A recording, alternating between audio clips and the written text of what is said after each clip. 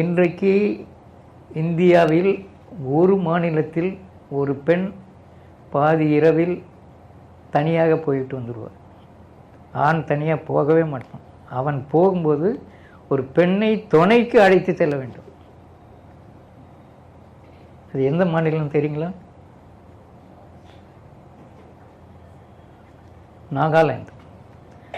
நாகாலாந்தில் பெண் தனியாக 20 கிலோமீட்டர் கூட போயிட்டு வந்துடுவான். ஆனால் ஆண் போகிறதுக்கு பயப்படுவான். பெண்ணை தான் கூட கூட்டு போவான். ஏன்னா தாய் வழி மரபு இன்னைக்கு வரையில் அது அப்படியே இருப்பதை பார்க்கணும். நார்த் ஈஸ்டர்ன் ஸ்டேட் பூராவுமே தாய் வழி முறை தான். 7 சிஸ்டர் என்று அதுக்கு பெயர் வச்சுருக்காங்க. அந்த பெண் சம்பந்தமான முக்கியத்துவம் இருப்பதால். அது மாதிரி எஸ்கவேஷன் செய்கின்ற பைபிள் பகுதியிலும் எஸ்கவேஷனில் கிடைக்கிறது பூரா தாய் தெய்வம், ஆனால் பைபிள் புகழத்து பூரா ஆண் தெய்வம். இது ஒரு முரண்பாடு. இலக்கியத்துக்கும் அதை தொல்லியல் சான்றுகளுக்கும் இடையில் முரண்பாடுகள் இருப்பதை நாம் பார்க்கின்றோம். அந்த அடிப்படையில் பார்க்கும்போது சிந்துவெளியில் தாய் வழிமுறை தான் சிறப்புற்றிருந்தது, தாய் வழிபாடு தான் சிறப்புற்றிருந்தது. அதுக்கு பல சான்றுகள், வழிபாட்டு சிற்பங்கள் எல்லாம் இருப்பதை பார்க்கின்றோம். அடுத்தது நடன மாது என்று கூறப்படுகின்ற ஒரு பெண் உருவத்தை அண்மையிலே ரத்னாகர், அதற்கு முன்பே சிலர் அதை பற்றி குறிப்பிட்டிருக்கின்றார்கள். ரத்னாகர் அவர்கள் இந்த பெண் நடன மாது அல்ல, ஒரு அரசி. ஏனென்றால் அவள் அந்த தொடை மீது வைத்திருந்த கையில் அந்த வட்டம் பெரிய அளவு இருக்கின்றது. சாதாரணமாக ஒரு கைக்குள்ள இதுவாக இல்லை, அதில் ஏதோ ஒரு கம்பத்தை நடுவது போன்ற அமைப்பு. இது மேலே தெரிகிறது புத்திஸ்ட் ஸ்தூபா. சிந்துவெளிக்குள்ளே புத்தர் காலத்துக்கு முன்பே இருந்தது மாதிரி அந்த ஸ்தூபத்தை எடுத்துக்கொள்ள முடியாது. புத்தர் உருவான பிறகு அவர் பெரிய அளவுக்கு வந்த பிறகு அந்த புத்திசம் அது வரையில் பரவி இருந்தது. அது வழியாக தான் கைபர் போலன்கிற கணவாய் வழியாக தான் சீனாவுக்கும் மற்ற இடங்களுக்கும் போனது. அந்த அடிப்படையில் பின்னால் வந்த புத்திஸ்ட் ஸ்தூபா அங்கே இருக்குது. அதுக்கு முன்பு இருக்கின்ற கட்டடங்கள் மற்ற இதுகள், அப்புறம் கிரேட் பார்த் என்று சொல்லுகின்ற அளவுக்கு ஒரு குளம் மாதிரியான ஒரு செய்தி இருப்பதை பார்க்கின்றோம். இந்த கிரேட் பார்த்தை பற்றியும் நாம் பேசணும்.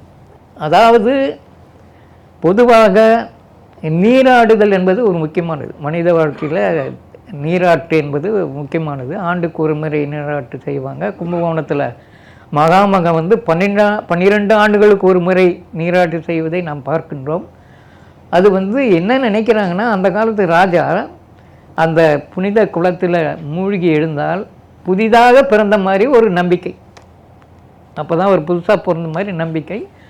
ராஜசூயம் வேட்ட பெருநர் கிள்ளி என்ற ஒரு மன்னனை பற்றி நீங்கள் கேள்விப்பட்டிருப்பீர்கள்.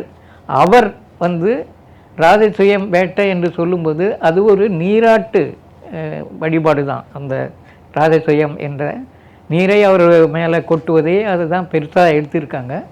அந்த அடிப்படையில் இந்த சிந்துவெளியில் இருக்கின்ற இந்த குளம் என்பது ராஜாக்கள் மேலே இருக்கிற மக்கள் குளிப்பதற்கான குளம். எல்லாரும் போய் குளிக்க முடியாது.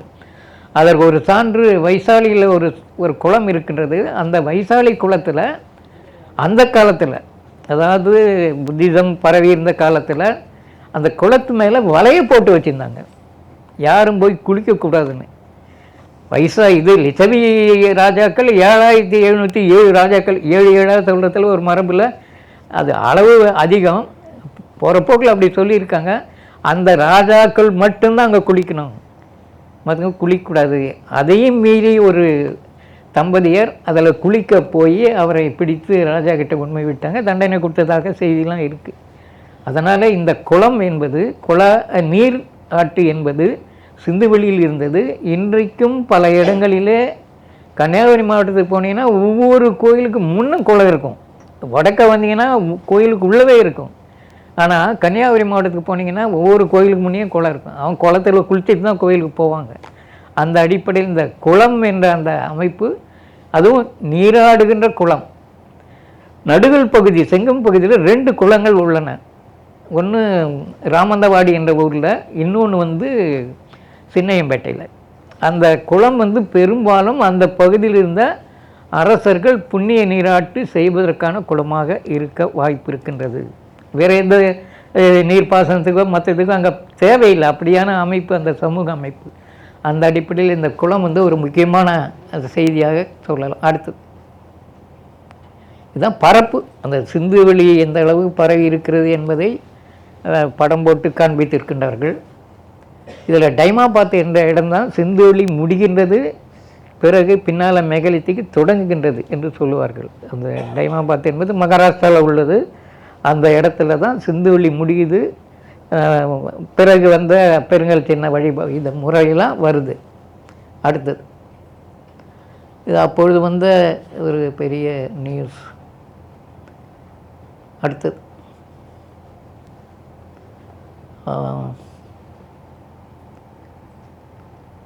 அது வந்து காலத்தை அவங்க சொல்லியிருக்காங்க. அதாவது 2500, அப்புறமா அதுக்கு முன்ன காலம், கடைசியாக 1700 அது அழிந்தது. சிந்து வெளி அழிந்தது 1700. எப்படி அழிந்தது என்று கூறுகின்ற போது ஒரு சில ஆய்வுகள் ஆரியர்கள் வந்து அழித்தார்கள் என்ற ஒரு செய்தியை கூறுகின்றன. ஆரம்ப காலத்தில் அப்படி தான் எல்லாம் எழுதிட்டு இருந்தாங்க. ஆனால் ஆரியர்கள் இந்தியாவுக்குள் வந்தது எப்போ? சிந்து வெளி அழிந்த பின்பு தான் உள்ள வராங்க.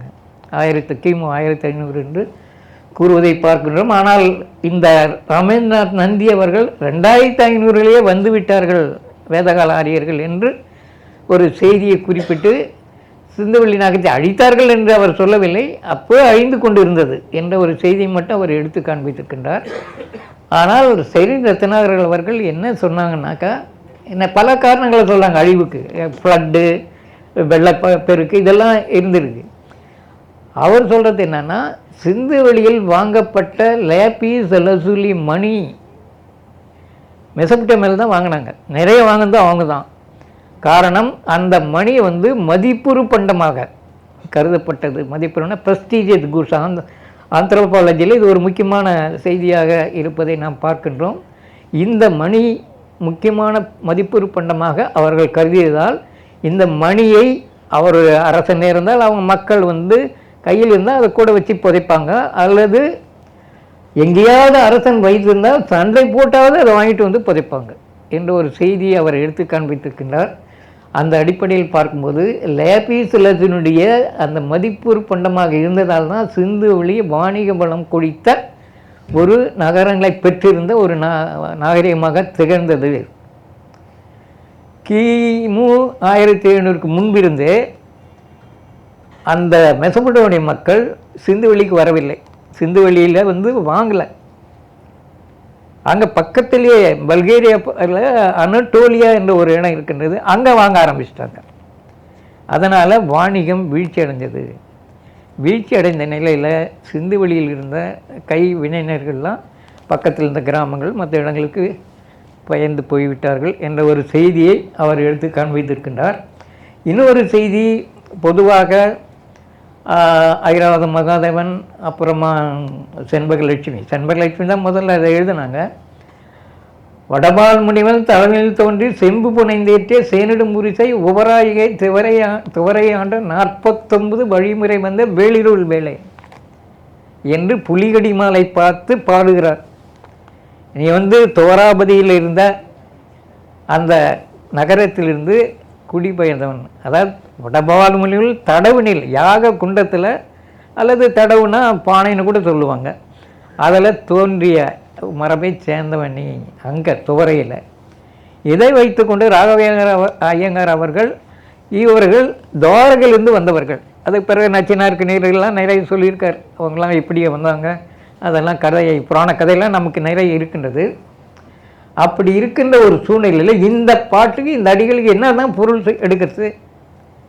அதாவது ஒரு அரசு உருவாகி கொண்டு இருக்கின்ற நிலையிலே தாங்கள் இப்படிப்பட்ட மரபை சேர்ந்தவர்கள் என்று கூறிக்கொள்வது ஒரு பெருமையாக எடுத்துக்கொண்டார்கள் அந்த காலத்தில். அதில் வந்து வேளிரை பற்றி ஒரு புறநானூற்று பாட்டில் கபிலர் எடுத்து சொல்கிறாரு. அதை எடுத்து சொல்வதற்கு அடிப்படை காரணம், இந்த வேளிர்கள் பெருமைக்கு உரியவர்கள், அதாவது புகழ்பூத்த ஒரு பகுதியிலிருந்து வந்தவர்கள் என்று சொல்வதிலே பெருமைப்படுபவர்கள்.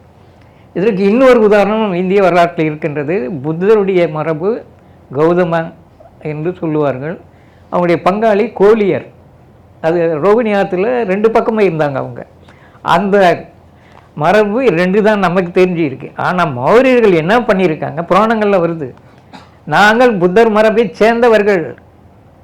அப்படி சேர்ந்த நிலையில் புத்தருடைய உடல் உறுப்புகளில் எங்களுக்கும் பங்கு உண்டு என்று கேட்கிறார்கள். இது பின்னால் வந்த வரலாறு, புராண வரலாறு. இந்த மாதிரி இந்த மன்னர்கள் தங்களுடைய பெருமையை சொல்லிக் கொள்வதற்காக நாங்கள் இந்த மரபிலிருந்து வந்தவங்க, அந்த மரபிலிருந்து வந்தவங்க என்று சொல்லுவது பொதுவான போக்கு. உலகம் பூரா இருக்கிறது, இங்கே மட்டும் கிடையாது. இந்த பொதுவான நிலையில் பார்க்குற போக்கை நம்ம பார்க்கின்றோம். அந்த அடிப்படையில் இந்த வேளிர் பற்றிய வரலாறும் ஒரு குல மரபு தோற்ற கதையை அடிப்படையாக கொண்டு எழுச்சி பெற்ற வரலாறு. அதற்கு மேலே நம்ம பிறகு நிறைய குலங்கள் கிபி 10ஆம் நூற்றாண்டில், அப்புறமா 18ஆம் நூற்றாண்டில் பார்த்திங்கன்னா மத்திய பிரதேசத்தில் இருக்கின்ற சின்ன சின்ன அரசுகள், அதாவது ஜமீன்தார் மாதிரி இருக்கிறவங்க நிறைய இந்த மாதிரி கதைகளை அவங்க சொல்லிகிட்டு இருக்காங்க. அவங்க மரபை பற்றி சொல்லும்போது அது பிற்காலத்தில் உருவான ஒரு இது. நம்ம இங்கேயும் தமிழ்நாட்டில் இந்த கைபீது என்ற ஒரு இதை எடுத்து பார்த்திங்கன்னா அந்தந்த ஜமீன்தார்கள் நாங்கள் இப்படியான மரபில் இருந்தவங்க, இப்படிப்பட்டவங்க, அப்படியான சாதனை செய்தவங்க என்றெல்லாம் கதை கட்டிக்கொள்வது ஒரு பெருமைக்காக. அதுக்கு மேலே இந்த வேளிர்கள் அங்கேருந்து தான் வந்தாங்க என்று இந்த கதையை வைத்துக்கொண்டு ஏற்றுக்கொள்ள முடியாது. வேளிர் இந்த ஊருக்கே உரியவர்கள், இந்த ஊரை சேர்ந்தவர்கள், இங்கே தான் தோன்றினார்கள். ஒரு குடியில் ஒளி மிக்கவனாக இருப்பவனை பார்த்து தான் வேள் என்ற ஒரு பட்டத்தை அவர்கள் கொடுக்கிறார்கள், ஒரு பொறுப்பை கொடுக்கின்றார்கள். அப்படி பார்க்கும்போது இந்த ஒளிமிக்கவன் என்பதை சொல்வதற்காக பட்டினப்பாலையில் ஒரு இது செய்தி வருது, பல் ஒளியர் பணிபோடுங்க. அந்த இடத்துல ஒளியர் என்பது வேளிரை குறிக்கும். அதற்கு சான்றாக 2 செய்திகள் நம்ம தொல்லியலில் கிடைத்திருக்கின்றது. ஒன்று, அரிட்டாப்பட்டியில் கிடைக்கின்ற ஒரு கல்வெட்டில் ஒளியன் என்ற பெயர் வருகின்றது. ஒளியன்னா சிறப்பு மிக்கவன், வேள் தலைமை சான்றவன் என்றெல்லாம், ஒளி மிக்கவன் அதான் முக்கியம். 2வது, கீழடியில் மத்திய அரசு தோன்றிய போது ஒரு 2ஆம் கட்டம் தொல்லியல் அகழாய்வு நடத்திய போது ஒரு ஓடு கிடைத்திருக்கின்றது. அந்த ஓட்டிலே ஒளியன் என்று எழுதப்பட்டிருக்கின்றது. ஆக பல நகரங்கள், கொடுமணலாகட்டும், கீழடி ஆகட்டும், இன்னும் எத்தனையோ நகரங்கள் இருக்கின்றன. அந்த எல்லா நகரங்களும் வேளிர் ஆட்சியில்தான் இருந்தன என்பதற்கு தொல்லியல் சான்றுகளை நமக்கு கொடுக்கின்றன. கொடுமணலில் 4 ஓட்டிலே வேள் என்ற சொல் பயன்படுவதை பார்க்கின்றோம். சாத்தந்தை வேள், தந்தை வேள் என்றெல்லாம் வேள் வேள் என்று 4 ஓடுகளிலே எழுதப்பட்டிருப்பது அந்த வேளிர்கள் அந்த பகுதியை ஆண்டார்கள் என்பதற்கான சான்றாக எடுத்துக்கொள்ள வேண்டியுள்ளது. 2வது, மெகலித்திக்கு அந்த பெருங்கல் சின்னம் வடக்கு இருந்து வேளிர்கள் தான் இங்கே கொண்டு வந்தாங்க என்ற ஒரு செய்தியை செண்பகலட்சுமி எழுதுகிறார். யாருமே அங்கிருந்தே இந்த செய்திகளை இங்கே கொடுக்கணும்னு கிடையாது. அடாப்டேஷன் சொல்லுவாங்க வரலாற்றில். ஒரு இடத்தில் இருக்கின்ற இந்த மாதிரியான செய்திகளை அடாப்ட் பண்ணிக்கிட்டு தங்களுடைய இமச்சின்னத்தை உருவாக்குவதற்கு அதை எடுத்துக்கொள்கிறார்கள். அந்த அடிப்படையிலும் பார்க்கும்போது வேளிர்கள் இங்கு இருந்தவர்கள் தான். இன்னொரு செய்தி இந்த நேரத்தில் நான் சொல்லணும், கருப்பு சிவப்பு பானை ஓடு. இந்த கருப்பு சிவப்பு பானை ஓடு தமிழ்நாட்டில் பரவலாக பல இடங்களில் இருக்குது. சிந்துவெளியில் நகரத்தினுடைய அடிப்பகுதியில் கிடைக்குது, லோக்கலில். சில நகரங்களில் நகர வாழ்க்கையோடு அது கிடைக்குது, எல்லாத்துக்கும் கீழே கிடைக்குது, நகர வாழ்க்கையிலும் சில இடங்களில் கிடைக்குது. இப்படி இந்த கருப்பு சிவப்பு பானையோடு ஒரு முக்கியமானது. கங்கை சமவெளியில் நீங்கள் போனீங்கனாலும் எல்லா இதுகளுக்கும் கீழே கிடைக்குது. அதாவது என்பிபி வேரில் இதெல்லாம் கிடைக்கும். அதுக்கு கீழே அந்த கருப்பு சிவப்பு பானை ஓடு கிடைக்கிறதால இந்த கருப்பு சிவப்பு பானை ஓட்டுக்குரிய ஒரு இனம் பரவலாக இந்தியா பூரா இருந்தது. சிந்துவெளியிலிருந்து இங்கே வரலாம் தமிழ்நாடு வரையில். அதனால் இங்கு பொதுவாக சிந்துவெளி மக்கள் தமிழர்களோடு தொடர்புபடுத்துகின்ற செய்திகளை ஆங்காங்கே எடுத்து சொல்வதை பார்க்கின்றோம். பாலகிருஷ்ணன் அவர்கள் பல செய்திகளை எடுத்து கொடுக்கிறார். ஆனால் திராவிட என்ற சொல்லை எடுத்துக்கொள்ளும்போது அவர் சில விளக்கங்களை சொல்கிறார். என்ன விளக்கம் சொல்கிறார்னா, மகாபாரத்தில் திராவிடர் அர்ஜுனோட சண்டை போட்டாங்க. அப்புறம் பட்டாபிஷேகம் செய்யும்போது திராவிடர்களை அழைத்து உட்கார வச்சுருந்தாங்க. அப்புறம் வேறு இடத்துல திராவிடர் கர்நாடகர் என்று ஒரு 2 சொல் சேர்ந்து வருது. அப்போ இந்த கர்நாடகர் திராவிடர்கள் என்ன, அதே மாதிரி திராவிடர் தெலுங்கர் என்று வருவதை பார்க்கின்றோம். அங்கேயும் பார்த்திங்கன்னா தெலுங்கர் திராவிடர் இல்லைன்னு ஆகுது. அடுத்தது மங்களேஸ்வருடைய கல்வெட்டு நம்ம பாதாமியில் கிடைக்குது. அதில் நீங்கள் பார்த்தீங்கன்னா பல அரசர்களை வென்றதாக சொல்கிறான். அங்கே சொல்லும்போது அவன் என்ன சொல்கிறான்னாக்கா, நான் சேரனை வென்றேன், பாண்டியனை வென்றேன், சோழனை வென்றேன், திராவிடனை வென்றேன் வரும். இதை எப்படி எடுத்துக்கிறது? இப்படி ஒரு கல்வெட்டு சாளுக்கிய அரசன் ஒருத்தன் எழுதியிருக்கின்றான். ஆக இந்த 3 பேரும் திராவிடர் இல்லை என்று தான் அந்த கல்வெட்டுப்படி நம்ம எடுத்துக்கொள்ள வேண்டியிருக்கின்றது. அப்புறம் பஞ்ச திராவிடர், அப்புறம் பிராமணர்லே திராவிட் பிராமின் இருக்காங்க. ஒரு கிரிக்கெட் வீரர் ராகுல் டிராவிட் என்ற ஒரு வீரர், அந்த பிராமண மரபை சேர்ந்தவர். சென்னையில் அவர்கள் ஒரு சங்கம் வைத்திருந்தார்கள் பிரிட்டிஷ்கார காலத்தில். கும்பகோணத்தில் ஒரு சங்கம் வைத்திருந்தார்கள் அந்த திராவிட பிராமணர்கள். இது மாதிரி திராவிட என்ற சொற்கள் நிறைய பயன்பட்டு வருவதை பார்க்கின்றோம். அவர் ஒரு இடத்துல அவர் சொல்லும்போது ஒரு செய்தியை சொல்கிறார். யார்? பாலகிருஷ்ணன். ஒரே குழப்பமாக இருக்குது சில நேரங்களில். திராவிட என்ற சொல்லை நம்ம அந்த செய்திகளோடு ஒப்பிட்டு பார்க்கும்போது இது என்ன அடிப்படையில் இந்த சொல் உருவானது என்று கூறுவதற்கு இயலாத ஒரு நிலை இருக்கிறது என்ற செய்தியை அவர் முடிவுரையில் சொல்லியிருக்கார். அந்த பெரிய புக்கில் கடைசியில் அதை எடுத்து சொல்லியிருக்கார். இது ஒரு போக்கு. அடுத்தது இது ஆரியர்கள் நாகரிகம் என்று கூறுகின்ற அமைப்பு ரொம்ப காலமாக இருக்குது, இப்போவும் இருக்குது. ஆரியர் என்ற ஒரு இனம் இருந்ததா என்ற கேள்வி இருந்து கொண்டு தான் இருக்கிறது. மார்க்ஸ் முல்லர் அவர் தொடக்கத்தில் ஆரியன் என்று சொல்லி கொண்டார். நான் அவர் ஆரிய மரபை சேர்ந்தன். இவர் நம்ம ராஜாராம் மோகன் ராயும் மார்க்ஸ் முல்லரும் சந்திக்கும்போது 1000 ஆண்டுகளுக்கு பிறகு 2 ஆரிய சகோதரர்கள் சந்தித்துக் கொள்கிறார்கள் என்று கட்டி தழுவிக் கொண்டார்கள் என்ற ஒரு செய்தியும் உண்டு. அந்த மாதிரி அவரே காலப்போக்கில் என்ன பண்ணிட்டார்னா, இந்த ஆரிய என்ற இது செய்தியை கொஞ்சம் கொஞ்சமாக கைவிட்டார். அதை பெருசாக பேசத்தில் ஆரம்பத்தில் பேசினார். அது அவருக்கு என்ன சந்தேகம் வந்து நமக்கு தெரியாது. 1959 ஈரானியன் ஆரியா அண்டு தாகா என்ற ஒரு கட்டுரையை பெய்லி என்ற ஒரு அறிஞர் எழுதியிருக்கின்றார்.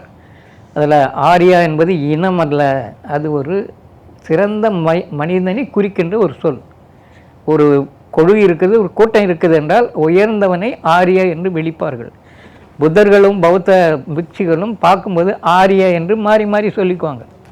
இப்போ ஐயான்னு சொல்கிற மாதிரி அந்த மாதிரியான ஒரு நோபல் மேன் என்ற பொருள் தான் அது வழங்கப்பட்டதை தவிர அது ஒரு இனத்தை குறிப்பதாக இல்லை என்று ஒரு செய்தியை அவர் வெளியிட்டிருக்கின்றார். அது ஒரு தனி ஆராய்ச்சி போய்கொண்டே இருக்கிறது. அதன் பிறகு இன்றைக்கும் வந்து ஆரிய இனம் இருந்தது என்றெல்லாம் நம்ம பேசி கொண்டு இருப்பதை பார்க்கின்றோம். தமிழ் இலக்கியத்தில் ஆரியர் என்ற சொல் 4-5 பொருளிலேயே வந்துள்ளது. ஒன்று வந்து தமிழ்நாட்டின் வடபகுதியில் இருந்த தமிழர்களே ஆரியர் என்ற பொருளிலே வழங்கப்பட்டது. அதன் பிறகு இமயமலையில் இருந்த முனிவர்கள் ஆரியர் என்று வழங்கப்பட்டது. கழை கூத்தாடு, இது கயிற்று மேல் நின்று ஆடும் அந்த கூத்தாடிகளை ஆரிய கூத்தாடி என்று கூறுகின்ற மரபு இருந்திருக்கின்றது. யானையை பழக்குவதற்காக பயன்படுத்திய அந்த மக்கள் ஆரியர் என்று கூறப்படுவதை பார்க்கின்றோம். இப்படி பல வகையான நிலையில் அந்த தமிழ் இலக்கியத்தில் ஆரியர் என்ற சொல் பயன்படுத்தப்படுவதை நாம் பார்க்கின்றோம். டாலமி என்ற ஒரு அறிஞர், நிலநூல் அறிஞர், ஆந்திராவையும் கர்நாடகாவையும் சேர்த்த ஒரு பகுதிக்கு அவர் சொல்லுகின்ற சொல் வந்து ஆரியகம். அந்த பகுதியை ஆரியகம் என்று தான் அவர் சொல்கிறார். ஏன் அதை அப்படி சொல்கிறார் நமக்கு தெரியல. அந்த மாதிரியாக ஆரிய என்ற சொல் வந்து பல வகையாக பயன்பாட்டில் இருந்ததை நாம் பார்க்கின்றோம். ஈரானியா இருக்கின்ற ஆரியர் என்பவர் குறிப்பிட்ட தலைமை ஸ்தானத்தில் இருப்பவரை குறிக்கும். அங்கேயே தாகா என்ற சொல்லும் இருக்கின்றது. ஈரானின் ஆரியா என்ற தாகா என்று தான் அந்த கட்டுரை. அதில் தாகா என்பது வேதத்துக்கு வரும்போது தாசா என்று வருகின்றது.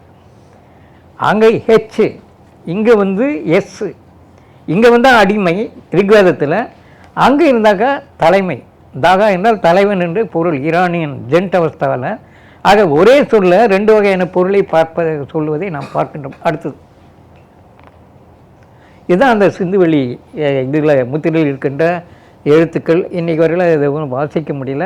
ஒரு சில செய்திகள் நமக்கு கிடைத்திருக்கின்றன. ஒன்று ஆனைக்கோட்டையில் கிடைத்து, அது பின்னால் வந்தாலும் வரும் அந்த முத்திரையிலே கீழே கோவேத் என்று எழுதப்பட்டுள்ளது, மேலே அந்த சிந்துவெளி குறியீடுகள் இருப்பதை பார்க்கின்றோம்.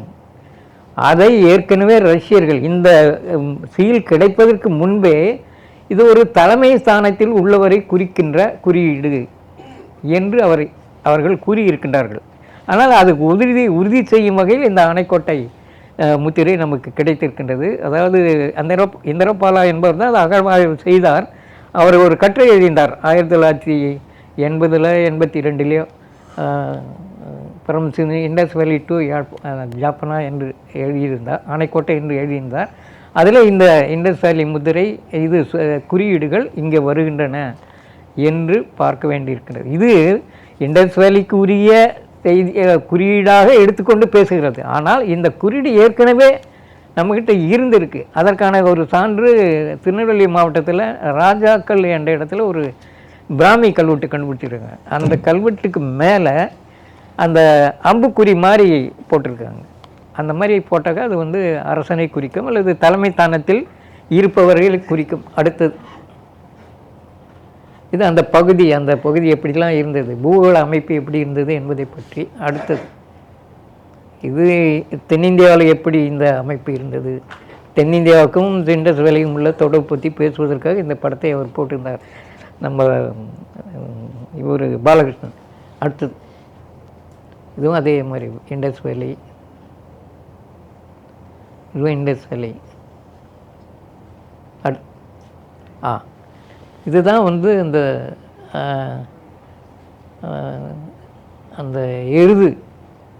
எருதை காண்பிக்கின்ற ஒரு முத்திரை. இதில் குறியீடுகளும் உள்ளன. 2 சேவல் இருப்பதாக மகாதேவன் அவர்கள் குறிப்பிட்டிருக்கின்றார்கள். இதே மாதிரி ஒரு எருமை கொள்கின்ற காட்சியில் இந்த சேவல் இருப்பதை பார்க்கலாம். சேவல் எதற்காக இங்கே வருகிறது என்று நமக்கு தெரியவில்லை, ஒன்றும் சொல்ல முடியல.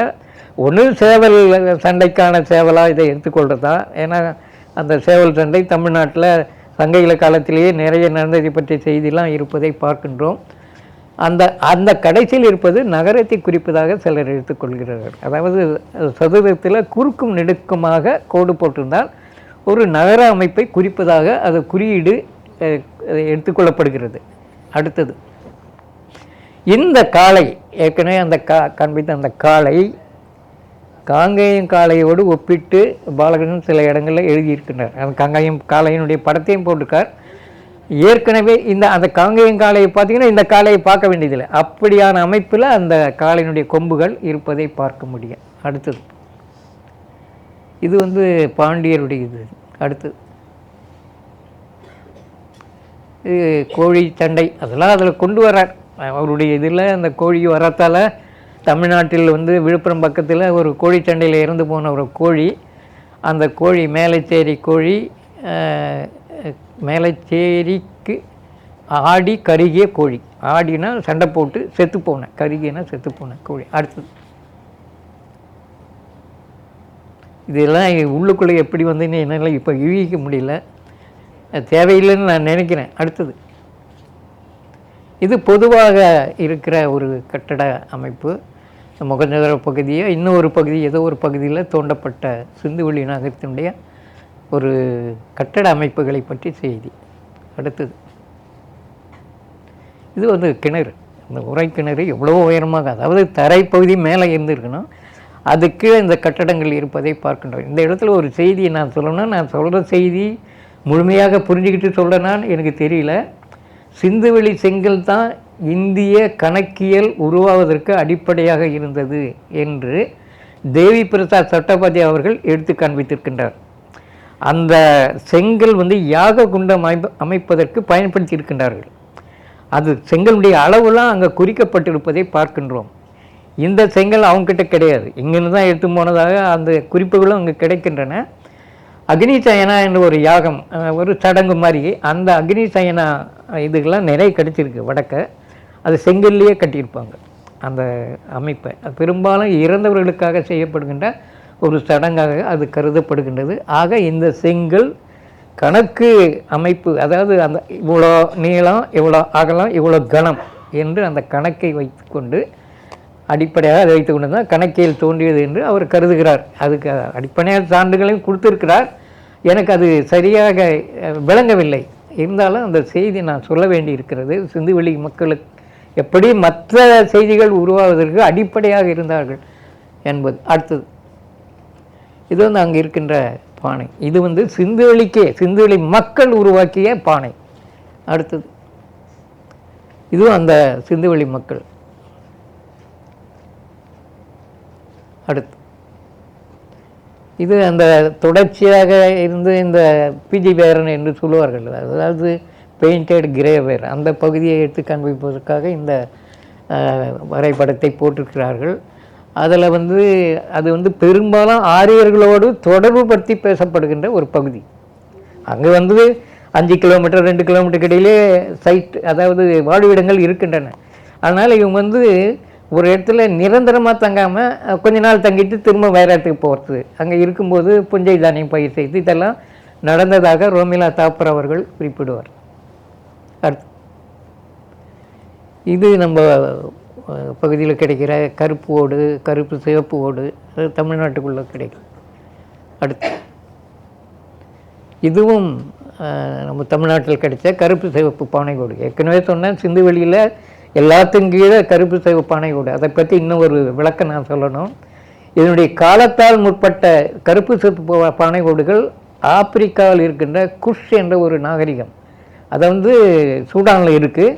அந்த நாகரிகத்தில் ஜெபல் பார்க்கல் என்ற ஒரு ஊர், அந்த ஜெபல் பார்க்கலில் பெரிய அரண்மனை இருந்திருக்கு. அது கிமு 7ஆம் நூற்றாண்டு தான். அதுக்கு முன்னே குஷ் நாகரிகம் பெருசாக இருந்தது, எகிப்து நாகரிகத்தோடு ஈக்குவலாக இருந்தது, அது தனி.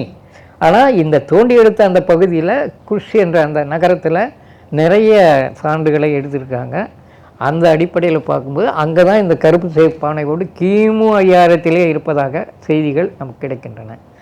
சிந்துவெளியில் அது எப்படி வந்தது இப்போதைக்கு நம்ம சொல்ல முடியல. அடுத்தது இதுதான் தாய் தெய்வம், மதர் காடஸ் சொன்னேன் இல்லைங்களா. அதாவது எங்கெங்கே வேளாண்மை சிறப்புற்றதோ அங்கெல்லாம் தாய் வழிபாடு, தாய் வழி முறை என்ற ஒரு நிலை இருந்தது. அடுத்தது இது டாக்யார்டு என்று சொல்லுகிறார்கள். இப்போ அண்மையில் இது கிடையாது டாக்யார்டு, அதாவது கப்பல் துறைமுகம் என்று முதல்ல சொன்னாங்க, அது கிடையாது என்ற ஒரு மறுப்பு கட்டுரையும் வந்திருக்கின்றது. இது இண்டஸ் வேலி பற்றி ஒரு கருத்தரங்கம், இண்டஸ் வேலியில் கடல் ஆய்வு பற்றி ஒரு கருத்தரங்கம், அதில் இந்த டாக்யார்டை பற்றி ஒரு கட்டுரை வந்திருக்கின்றது. அடுத்தது இதுவும் அந்த பகுதியில் கிடைத்த தோலாவீராவில் கிடைத்த ஒரு வாழ்விடம். தோலாவீராவில் பார்த்திங்கன்னா செங்கலை விட கருங்கல்லிலேயே அடுக்கியிருக்கான். அதை பேச்சிங் இது எதுவுமே பெருசாக தெரியல, ஆனால் கருங்கல்லே அடக்கி அந்த இது வீட்டை உருவாக்கியிருக்கிறான். அதற்கான சான்றுகள் கிடைக்கின்றது. இந்த ஊரில் தான் 12 அடி நீளத்துக்கு ஒரு பெரிய சைன் போர்டு கிடைச்சிருக்கு கல்லில். அதில் ஏறத்தாழ 1 அடி உயரத்துக்கு எழுத்துக்கள் பொறிக்கப்பட்டு இருப்பதை நாம் பார்க்கின்றோம். அடுத்தது சங்கு, அதாவது சங்கு வளையல் 2 இடத்துல, ஒன்று மன்னார வளைகுடா, இன்னொன்று வந்து காம்பை வளைகுடா, 2 இடத்துல தான் சங்கு கிடைக்குது. மன்னார வளைகுடா சங்கு கூட இந்த வேலைக்கு போயிருக்கலாம் என்று சில கருதுகிறார்கள். அடுத்து இதுவும் வந்தது அங்கே கிடைச்ச சங்கு. அடுத்தது ஒட்டகம் வந்து மாமிசத்தை சாப்பிடுவதாக இண்டஸ் வேலியில் செய்திகள் கிடைப்பதாகவும், அது சங்கையில் இதில் அதை பற்றி பேச்சு இருப்பதாகவும் நமக்கு தெரிகின்றது. அடுத்து இது வந்து இந்த யூனிகார்ன் என்ற ஒரு உருவம். இந்த உருவத்துக்கு முன் இருக்கின்ற அந்த அந்த பாத்திரம் பெரும்பாலும் சோமபானம் ஊற்றி வைக்கிற பாத்திரம் என்று ஐராவத மகாதேவன் அவர்கள் கருதுகின்றார். அது ஆய்வுக்குரியது. அடுத்தது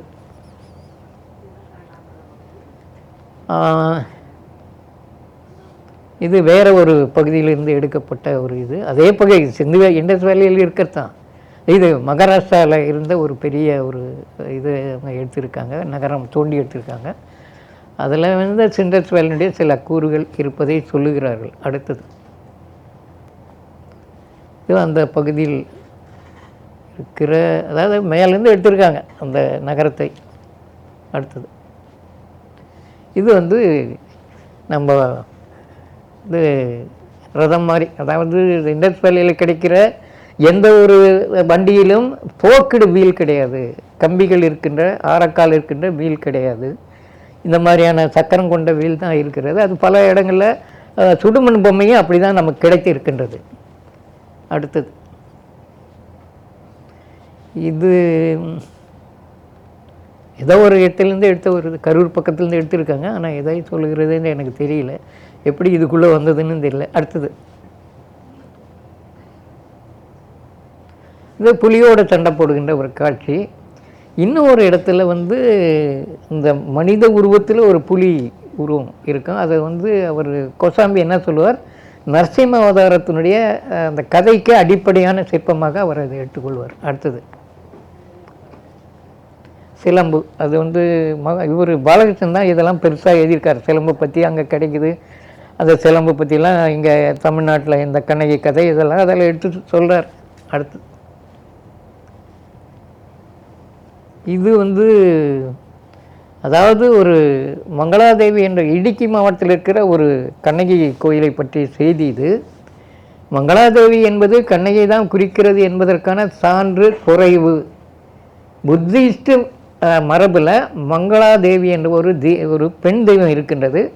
அதற்கான கோயில் என்று ஒரு ஆராய்ச்சியாளர், கேரளாவை சேர்ந்த ஒரு ஆராய்ச்சியாளர் எழுதியிருக்கின்றார். புத்த மதத்து சம்பந்தமான ஒரு கோயிலாக இருக்க வேண்டும். ஏனென்றால் பத்தினி கல்ட்டை பெரிதுபடுத்தியவர்கள் பௌத்தர்கள் தான்.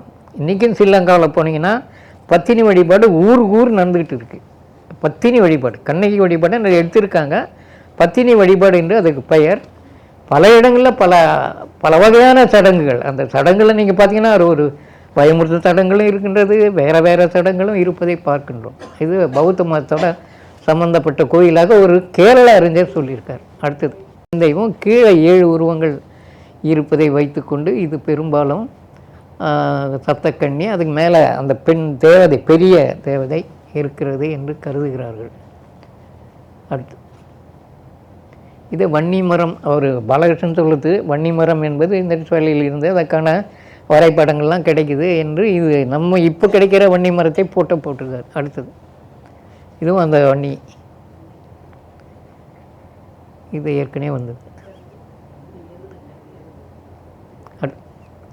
இது அந்த 2 எருமைகள் சண்டை போடுவதை பற்றிய செய்தி. அடுத்து இதுதான் எருமையை பலி கொடுக்கிற செய்தி. அந்த பகுதியில் இருக்கின்ற அந்த ஒரு அது வந்து பெண் உருவமா ஆண் உருவமா என்று நம்ம இப்போ சொல்ல முடியல. ஆனால் ஏற்கனவே பசுபதி என்ற ஒரு உருவத்தை பற்றி சொல்லும்போது அது பெண் உருவம் என்று ஒரு பிரெஞ்சு அறிஞர் 1964 எழுதியிருக்கின்றார். ஒருவேளை சமீப காலம் வரையில் நம் நாட்டில் நடந்த எருமை பலி என்பது இந்த சொல்லில் இருந்தது என்பதை உறுதிப்படுத்துவதற்கான சான்றாக இதை எடுத்துக்கொள்ளலாம். எருமை பற்றி கொஞ்சம் சொல்லணும். அங்கே வந்து எருமையை கொலை செய்கிற மாதிரி, பலி கொடுக்குற மாதிரி வருது. கர்நாடகாவுக்கு வந்தீங்கன்னா கொற்றவை வந்து எருமை அரக்கனை கொல்வது போன்ற ஒரு செய்தியை எடுத்து காண்பிக்கிறார்கள். 2 பேருமே, அதாவது தாய் வழி மரபை சேர்ந்தவர்களும் சரி, எருமை கூட்டத்தை சேர்ந்தவர்களும் சரி, அந்த சிந்துவெளியிலிருந்து தான் வந்திருக்க வேண்டும் என்று நான் கருதுகிறேன். அது வந்து எருமை பற்றிய செய்திகள் நிறைய இடங்களில் கிடைக்கிறத நம்ம பார்க்குறோம். மாமல்லபுரத்தில் 10 இடத்துல கொற்றவைக்கு அவனுக்கு நடக்கிற சண்டையெல்லாம் பற்றி நமக்கு சிற்பங்கள் இருப்பதை பார்க்கின்றோம். இன்னும் ஆழமாக பார்க்க வேண்டிய ஒரு செய்தி இருந்தாலும் இதில் எருமை பலி கொடுப்பது முக்கியமான செய்தி. அடுத்தது இதுதான் அந்த ஏறு தழுவுதல். இதில் முக்கியமாக அந்த அதாவது இந்த எருமை என்று நினைக்கலாம், குஜராத்தில் இருக்கிற மாடுகளே இப்படி தான் இருக்குமா கொம்பு. ஒருத்தர் சொன்னார் அந்த கொம்பு அந்த எருமை கொம்பு மாதிரி தான் இருக்குமா. அந்த அடிப்படையில் இந்த இது ஏறு தழுவுதலோடு சம்மந்தப்பட்ட ஒரு நிகழ்ச்சியாக எடுத்துக்கொள்கிறார்கள். அதை நான் வந்து மறுக்கிற நிலையில் இல்லை. ஆனால் ஒரு கேள்வி, கலித்தொகையில் பேசப்படுகின்ற ஏறு தழுவுதல் நடுகளிலே மிகவும் பிற்காலத்தில் தான் வருகின்றன. இது என்ன காரணம்? மிகவும் பிற்காலத்தில். ஒன்று, ஏறு தழுவுதலை கீழாக நினைத்தார்களா, அதை வந்து பெருசாக வீரமாக எடுத்துக்க முடியாதுன்னு நினச்சாங்களா, இதெல்லாம் நமக்கு கேள்வி இருக்கின்றது. இருந்தாலும் இண்டஸ்ட்ரியலில் இது இருந்தது. அடுத்து இப்போ இருக்கிறது. அடுத்தது இதுதான் கிரேட் பாத்துன்னு சொன்னீங்களா, அந்த குளம், நீராடும் குளம் அரசர்களுக்கு மட்டும் உரியது என்ற செய்தியை ஒரு விவரமாக இவரே எழுதியிருக்காரு. ரத்னாகரம் எழுதுகிறாங்க, ஒரு கோசாம்பியும் எழுதியிருக்கார், பல அறிஞர்கள் எழுதியிருக்காங்க. அதே மாதிரியான செய்திகள் நம்ம இன்றைக்கி வரையில் நம்ம நாட்டில் கோயில்களுக்கு முன்னே இருக்கிறத நீங்கள் பார்க்க முடியும். இது தாயக்கட்டை. இவர் என்ன பண்ணியிருக்காரு, நம்ம பாலகிருஷ்ணன் அவர்கள் அதுக்கு பேர் பகடை அப்படின்னு சொல்கிறார். அவருடைய சொல்லு பகடைன்ற சொல்லை பயன்படுத்தியிருக்கிறார். ஆனால் உள்ளே அவர் சொல்லும்போது வல் என்ற ஒரு விளையாட்டை பற்றி எடுத்து காமிக்கிறார். வல் என்ற ஒரு விளையாட்டை பற்றி சொல்லும்போது சங்க இலக்கியத்தில் வருகின்ற இடங்களில் 2 இடத்துல வருது. ஒன்று 377 அகநானூறு, இன்னொன்று வந்து 52 புறநானூறு. புறநானூற்றில் சொல்லும்போது கலிகழு கடவுள் கந்தம் கைவிட பலிகன் மாறிய பாழ்பட்ட ஒரு மன்றம், அந்த பொதியில் அந்த கடவுளுடைய இது இருந்திருக்கு. அந்த கடவுள் வந்து இதை கம்பத்தை விட்டு போயிடுச்சு. என்னென்னா பலி இல்லை. அந்த இடத்துல இருக்கிற அந்த அந்த வல் குழி, வல்லாட்டம் ஆடுவதற்கான குழியில் காணவாரணம் முட்டை ஈனும். ஊரில் யாரும் இல்லை, கடவுளும் போயிட்டார். அந்த அழிஞ்சி போன அந்த பகுதியில் அந்த காட்டுக்கோழி முட்டையை அந்த வல்லின் நல்லகம், அந்த வல்லில் இருக்கிற அந்த பள்ளம் அதில் வந்து முட்டையிட்டு வச்சிருக்கு என்ற ஒரு செய்தி. அடுத்தது அகநானூறு 377 அந்த இதுலேயும் நிறைமூதாளர் தான், இந்த பாட்டிலையும் அங்கேயும் நிறைமூதாளர் நாயிட குழிந்த அது என்னென்னா விழுந்திருக்குன்னு அதிர்தலை இறக்கி, அவங்க வயசானதில் தலை ஆடுது நடுக்கம், அதிர்தலை இறக்கி பார்க்குறாங்க என்ன விழுந்திருக்கு அப்படின்றதுக்காக. இதை வந்து அவர் வந்து ஒரு ஆட்டமாக விளையாட்டாக பின்னால் சூதாக எடுத்துக்கொள்கிறார். இதற்கு ஒரு ஹிஸ்டரி இருக்கிறது என்பதை அவர் சொல்லவில்லை. இண்டஸ் வேலியில் இருக்கிற இந்த செய்திகளெல்லாம் வைத்துக்கொண்டு ஹிஸ்டரி ஒன்றுமே சொல்ல முடியாது. ரெண்டாவது, வேதத்தில் வந்து அக்ஷசூத்தம் என்ற ஒரு இது இருக்கின்றது. அந்த அக்ஷசூத்தம் என்பது தாயம் உருட்டுவதை பற்றிய ஒரு சுலோகம். அதை அவங்க சொல்லும்போது ஒரு இடத்துல அந்த அக்ஷா வந்து கடவுள் மாதிரி சொல்கிறாங்க, இன்னொரு இடத்துல செல்வத்தை அழிக்கின்ற ஒரு கருவியாக திட்டுறாங்க. ரெண்டும் இருக்குது அந்த வேதத்தில். இப்போ கடவுள் மாதிரி சொல்வதற்கு அடிப்படை காரணம் என்ன என்றால், இந்த தாயக்கட்டையை உருட்டுவதன் மூலம் மக்களுக்கு சமமாக பங்கிட்டு கொடுக்க வேண்டும் என்ற ஒரு எண்ணம் இருந்திருக்க வேண்டும். இது யூகம்தான் காரணம். நம் நாட்டிலே இது மாதிரியான தாயம் சம்பந்தமான செய்திகள் போகிற போக்கில் சங்க இலக்கியத்தில் சில இடங்களில் கலித்தொகையில் 136வது பாட்டில் இந்த தாயத்தை பற்றியே முழுக்காது. அதாவது 10 விழுந்தால் எவ்வளோ மகிழ்ச்சி அடைவான், அதாவது தலைவியை பார்த்துட்டான்னா 10 அந்த இது எண் விழுந்தாக்கா அளவு கடந்த மகிழ்ச்சியிடம் அது ஒளிமிக்க முகமாக இருக்கும். சிற்றெண் விழுந்தால் அவனுடைய முகம் சுருங்கி போயிடும். எப்படின்னா தலைவி பிரிஞ்சு போகும்போது அவனுடைய முகம் சுருங்கி போகுது என்று அந்த ஆட்டம் ஆடுபவருடைய எண்ணங்கள் முகபாவனை எல்லாம் அந்த தலைவனுக்கு ஏற்றி கூறுகின்ற ஒரு பாட்டு கலித்தொகையில் முழுக்க தாயத்தை பற்றிய பாட்டு. இந்த தாயம் என்ற சொல் வேறு வேறு இதுக்கும் வருது. தாயம் என்பது தாய் வழியில் வந்த மக்கள் சம்பந்தமான செய்தியாகவும் இருக்கலாம். இன்னும் ஒன்று, இந்த நிலத்தை பிரிப்பதற்கோ அல்லது வேறு பொருள்களை பிரிப்பதற்கோ இந்த மாதிரியான தாயத்தை உருவாக்கி இருக்கிறார்கள். இதுக்கு நிறைய உலகம்பர செய்திகள் இருப்பதை நீங்கள் பார்க்க முடியும். அந்த அடிப்படையில் இது வந்து ஒரு சம பிரிவினைக்காக முதல்ல பயன்படுத்தப்பட்டது. அது காலப்போக்கில் சூதாடும் ஒரு நிலையாக மாறிவிட்டது, சூதாட்டம் செய்வதற்கான நிலையாக மாறிவிட்டது என்று நான் கருதுகிறேன். அடுத்தது இதுவும் அதே தாயக்கட்டை, பொருந்தில் போன்ற இடங்கள்லாம் அது கிடைச்சது. இதில் நான் சொல்லாத சில செய்திகள் நான் குறிப்பு வச்சுருக்கேன், அதை நான் பேசிட்ட பிறகு நீங்கள் கேள்வி கேட்கலாம். இதிலே சிந்துவெளி இதில் சில விஷயங்கள் போட்டோ விட்டு போயிருக்கு, எதனாலும் தெரியல.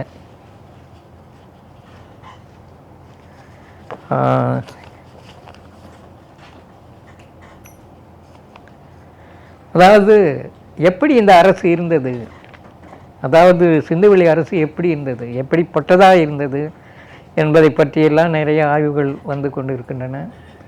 அது பேரரசு இருந்தது, படை இருந்தது என்றெல்லாம் இருப்பதை பார்க்கின்றோம்.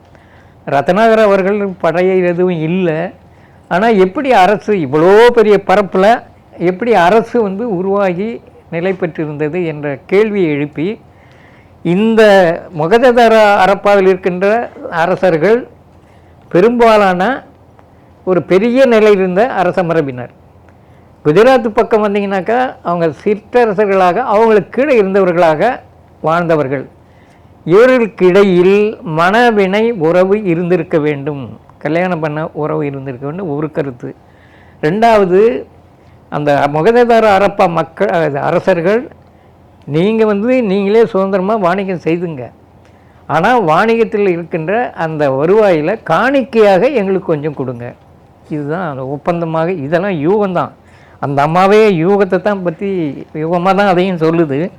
அப்படியான ஒரு நிலையில் இந்த அரசு சண்டை இல்லாமல் மனவினை உறைய வைத்து கொண்டு, கிராஸ் கசின் மேரேஜ் என்று சொல்லுவார்கள், வைத்து கொண்டு சமாதானமாக வாழ்ந்தார்கள் என்ற ஒரு செய்தியை enquiries into the political organisation of Harappa society என்ற ஒரு நூலில் எடுத்து சொல்லியிருக்காங்க. அடுத்தது, அண்மையில் சாசனம் என்ற ஒரு இதழில் அவருடைய பேட்டியை தமிழில் போட்டிருக்காங்க. அந்த பேட்டியில் அவர் என்ன சொல்கிறாருன்னா, குஜராத்து பகுதியில் கோட்டை மதில் மாதிரி இருந்தது, அதில் குண்டுகள்லாம் நிறைய இருந்தது, கல் குண்டுகள் வீசத்துக்கு, அது ஒரு செய்தி. அடுத்தது, அம்ரி கோட்சி என்ற 2 நகரங்கள் அழிபாடுகளை பார்த்தால் அரப்பா அரசர்கள் அதன் மேல் படையெடுத்து அழித்திருக்க வேண்டும் என்ற வன்முறை, அரசு என்றால் வன்முறை இருக்க வேண்டும் என்ற அடிப்படையில் கருத்தை வைத்துக்கொண்டு இது வன்முறை நடந்ததற்கான சான்றுகளாக இப்போ நான் எடுத்திருக்காங்க. அண்மையில் அவங்களே கருத்தை மாற்றியிருக்காங்க. அது இருந்திருக்க வாய்ப்பு இருக்கின்றது. எந்த ஒரு மக்கள் கூட்டமாக இருந்தாலும் முரண்பாடு இல்லாமல் இருக்க முடியாது, சண்டை போடாமல் இருக்க முடியாது. அதே மாதிரி ஏற்றத்தாழ்வுகள் ஒரு சமூகம் வந்த நிலையில் சிந்துவெளியில் பெரிய அரசர்கள் இருந்த பகுதி, அதான் அரண்மனை சிட்டடல் என்று சொல்லுவார்கள். அப்புறம் சாதாரண மக்கள், அதிகாரிகள் இந்த பகுதி, அதன் பிறகு தொழிலாளர்கள், 3 வகையாக பிரிக்கிறாங்க அந்த சமூக அமைப்பை. அப்படியான ஒரு நிலையில் முரண்பாடுகள், சண்டை சச்சரவுகள்லாம் இல்லாமல் இருக்க முடியாது. அந்த அடிப்படையில் அந்த அம்மையார் இந்த செய்தியை எடுத்து கூறுகிறதை நாம் பார்க்கின்றோம்.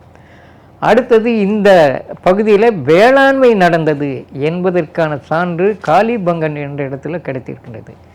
ஒரு ஏக்கர் அளவுக்கு ஏர்சால் அப்படியே தோண்டி எடுத்திருக்காங்க. இந்த கலப்பை போன பதிவை அப்படியே தோண்டி எடுத்துக்கிறார்கள். அதனால் வேளாண்மை நடந்ததற்கான சான்றாக அதை பெருசாக எடுத்துக்கொள்ளலாம். ரெண்டாவது, காளிபங்கனில் கிடைத்த ஒரு யாககுண்டம் மாதிரி சிலர் எடுத்துக்கொள்கிறார்கள். ஆனால் ஒரு சிலர் அது பழங்குடிகள் ஒன்றாக சமைத்து சாப்பிடுவதற்கான ஒரு அமைப்பாக இருக்கலாம் என்று சர்மா போன்றவர்களாம் எடுத்து சொல்வதை நாம் பார்க்கின்றோம். இப்படி பல செய்திகள் இந்த சொல்லில் தொடர்ந்து இருப்பதை பார்க்கின்றோம். அதனுடைய கூறுகள் எல்லாமே நம்ம வாழ்க்கையில் இருக்கிறது என்று சொல்ல முடியவில்லைனாலும் பழங்குடிகளுடைய வாழ்க்கையை நம்ம ஸ்டடி பண்ணாலுடைய இந்த செயலினுடைய உண்மையான நாகரிகம் எப்படி இருந்தது என்பதை நாம் அறிந்து கொள்வதில் சிக்கல்கள், சில குறைகள் இருப்பதை நான் பார்க்கின்றேன். அதிலே ஒரு செய்தி, சந்தால் பழங்குடியினர் நாங்கள் பெரிய நகரத்திலிருந்து வந்தவர்கள், அந்த பெங்காலில் அவங்க இருக்காங்க இப்போது, அந்த மாதிரியான நகரத்திலிருந்து நாங்கள் வந்தவர்கள். அந்த அடிப்படையில் இந்த மக்கள் ஏதோ ஒரு காலத்தில் பல இடங்களுக்கு பிரிந்து போயிருக்கிறார்கள்.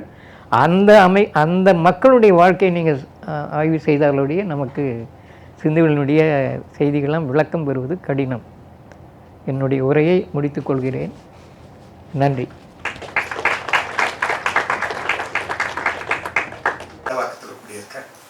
ஐயா, என்னுடைய கேள்விகள் 2 தான். அதாவது சிந்துவெளி நாகரிகத்துக்கும் இப்போ இரும்பின் தொன்மையின் கொண்டு உறுதிப்படுத்தியிருக்கிற இந்த காலகட்டத்துக்கான 2 ஒரே காலகட்டமாக இருக்கு, இடைவெளி இருக்கா? இடைவெளி இருக்கு.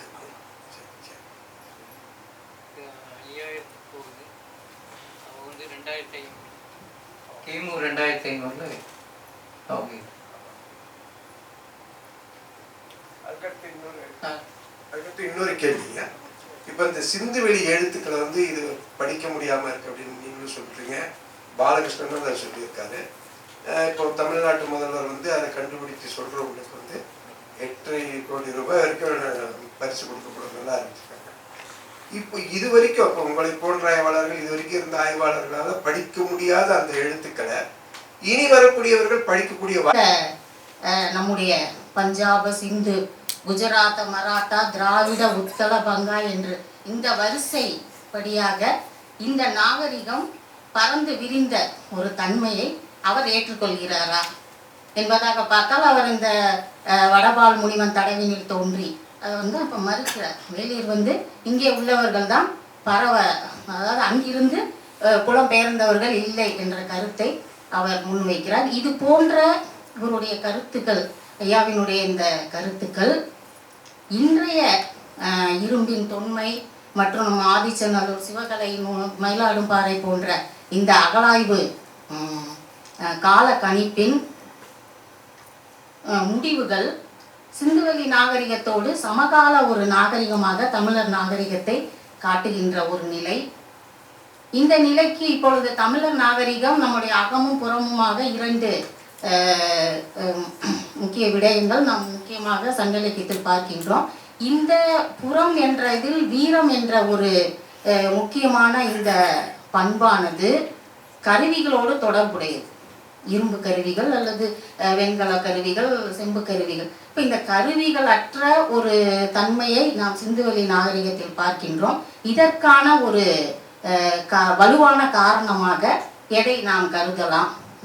இது போன்ற மற்றும் ஏற்கனவே இப்பொழுது கேட்டீர்கள், இந்திரன் மட்பாண்டங்களை உடைப்பது போல் தன்னுடைய எதிரிகளை அடித்து நொறுக்கினான். திரை விழுகிறது, மீண்டும் திரை எழுந்த பொழுது தோற்றவர் யார் ஜெயித்தவர் யார் என்று தெரியவில்லை. கைலாசபதி எழுதுகிறார். அதை கோசாம்பியும் மாயை மேதாத்தம் என்ற நூலில் அவரும் அதை குறிப்பிடுகிறார். அப்ப இந்த சண்டைக்கான அல்லது இந்த பொருள் எதை குறிப்பிடுகிறது? இது போன்ற ஒரு அடுத்த கட்ட நகர்வாக நாம் இந்த சிந்துவெளி நாகரிகம் மற்றும் தமிழர் நாகரிகத்துக்கான ஒரு ஒப்பீடு அல்லது இரண்டும் ஒன்றே என்ற நிறுவலுக்கான ஒரு ஆழமான தரவுகள், இவற்றோடு நாம் அடுத்த ஒரு உரை நிகழ்வில் சந்திக்கலாம். வழக்கப்படி நிகழ்ச்சி தொடரும். இந்த எண்ணம் 2021 ஐயா கிட்ட நாங்கள் தொல்லியல் துறையில் உலகத்தமிழ் ஆராய்ச்சி நிறுவனத்தில் மாணவர்களை படிக்கிறப்பவே இந்த எண்ணம் வந்தது. 5 ஆண்டுகளாக இதை எப்படி செயல்படுத்துறது தெரியாமல் இருந்துட்டு இருந்தோம். இதுக்கடையில் தடம்ங்கிற பேரில் நாங்கள் தொல்லியல் மரபுரை நடத்திட்டு இருக்கோம். இது வரைக்கும் 9 மரபுரை நடத்தியிருக்கோம். அப்போ தான் அண்ணன் ராஜேந்திரன் எங்களோட இணைஞ்சாங்க. இடையில இந்த மாதிரி ஒரு எண்ணங்கள் வர்றப்போ யாரெல்லாம் சேரலாங்கிற ஒரு விடுப்பை சமூக ஊடகத்தில் கொடுத்தேன். அண்ணன் உடனே நம்ம சேர்ந்து பண்ணுவோம் அப்படின்னு சொல்லியிருந்தாங்க ராஜேந்திரன். அதே மாதிரி இந்த கேள்விங்கிற இதுக்கு ஐயாட்டையும் நம்ம மரபுரை போகிறப்பே கேட்டோம். கேட்டதுக்கப்புறம் இல்லை பண்ணுவோம் அப்படின்ற எண்ணம் ஐயாவுக்கும் இருந்திருக்கு. இந்த எண்ணம் எனக்கு ஏற்கனவே இருக்குன்னு சொன்னாங்க. அதை எப்படி பயன்படுத்துறதுக்கு அம்மா சசிகலா அம்மாவை சொன்னாங்க. 2 பேரும் சேர்ந்து பண்ணோம். அப்புறம் இதுக்கான பணம் என்ன பண்ணுறது அப்படின்ற எண்ணம் வர்றப்போ அடுத்தும் அதே அண்ணன் தான் எனக்கு கை கொடுத்தாங்க. ராஜேந்திர அண்ணன், நீ பணத்தை பற்றி கவலைப்படாத, எவ்வளோ வேணாலும் செலவு பண்ணிக்கலாம், முதல்ல இதை நடத்து அப்படின்னாங்க. அந்த ஒரு நம்பிக்கையில் தான் நாங்கள் இந்த கேள்வியை நடத்த ஆரம்பிச்சிருக்கோம். இது அடுத்தடுத்த தொடர் நிகழ்வுகளாக செல்லும். இது இங்கேயே நடக்குமான்னு தெரியாது, இல்லை எங்கே நடக்கும்னு தெரியாது. மாதம் மாதம் ஒரு நிகழ்வுகள் நடக்கும். இது தமிழ் நிலம், பண்பாடு, தொன்மை சார்ந்து தொல்லியல் தரவுகளோட அரசியலற்று அரசாங்கமற்று, அதாவது நோ பியூரோக்ராட்ஸ் நோ பொலிட்டீஷியன்ஸ், அந்த கான்செப்ட் எடுக்கிறப்பே நாங்கள் அந்த ஒரு இதோட தான் வந்திருக்கோம். இதில் அரசியல்வாதிகள் யாரும் உள்ள வரக்கூடாது, அரசாங்க அதிகாரிகள் யாரும் உள்ள வரக்கூடாது, அந்த ஒரு கண்டிஷனோட முன் நிபந்தனையோட மட்டும்தான் ஐயா எங்கள்கிட்ட ஒத்துருக்காங்க. அதனால தான் இன்னைக்கு நம்ம இந்த அளவில் சிந்தனையாளர்கள் கூட்டமாக மட்டும்தான் இது இருக்கணும் அப்படின்றது ஐயாவோட விருப்பம். இது தமிழ் சார்ந்த, தமிழ் நிலம் சார்ந்த, மொழி சார்ந்த சிந்தனையாளர்கள் பேரவை. இது நம்ம எல்லாமே ஒரே உறவுங்கிறதுக்காக கேள்விங்கிறதையும் நம்ம வச்சிருக்கோம். இதை அடுத்தடுத்த தளத்துக்கு கொண்டு போகிறது ஐயாவோட விருப்பம், எங்களோட விருப்பம் மட்டும் இல்லை, இது எல்லாரோட விருப்பமாகவும் இருக்குதுங்கிறதையும் தெரிஞ்சுக்கிட்டேன். இதை அடுத்தடுத்த நிகழ்வுக்கு கொண்டு போகணும். இந்த நிகழ்வை இந்த அளவுக்கு சிறப்பாக நடத்துறதுக்கு முதல்ல கை தூக்குன அண்ணன் ராஜேந்திரனுக்கு இது முதல்ல நன்றி. அதில் அவங்களுடைய சார்பாக எனக்கு உறுதுணையாக இருந்த என்னுடைய தோழர் 25 ஆண்டுகால நண்பர் தோழர் ஆனந்தரசுக்கு நன்றி. வரவேற்பு ஆனந்தரசுக்கு நன்றி. ஒரு தமிழர் பன்னாட்டு வணிகத்தில் ஒரு பல குழுக்கள் இருக்கு, அந்த ஒரு குழுவோட அமைப்பாளர். அவரும் இந்த கேள்விகளில் முக்கியமான பங்காற்றிருக்கார். நிறைய விஷயங்கள் அவர் தான் எனக்கு உதவி பண்ணியிருக்காரு. அதே மாதிரி அம்மா சசிகலா அம்மா, நான் ஐயா சொன்னோன்னே ஏற்கனவே அவங்களுக்கு தெரிஞ்சிடும் எனக்கு. இருந்தாலும் ஐயா வழியாக போன போது தான் அவங்க எங்களுக்கு எல்லா விதமான ஆலோசனைகளும் வளர்ந்தாங்க.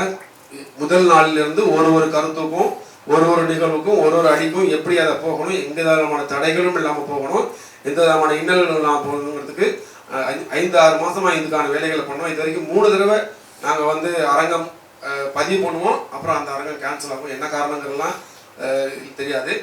கடைசியாக இந்த அரங்கம் வந்தப்போ அண்ணன் கொஞ்சம் கூடுதலாக செலவாகுமே அண்ணன்ட்ட ஃபோன் பண்ணி கேட்டேன். பரவாயில்ல, எவ்வளோ செலவானாலும் பரவாயில்லன்னு சொல்லி அண்ணா சொன்னதுக்கப்புறம் தான் இந்த அரங்கத்துக்கு வந்தோம். நாங்கள் தொடக்கம் வந்து ரொம்ப சிறப்பாக இருக்கணுன்றதுக்காக தான் இந்த அரங்கமும் நாங்கள் பண்ணியிருக்கோம். அடுத்தடுத்தது வந்து வந்துகிட்டு இருக்கோம்.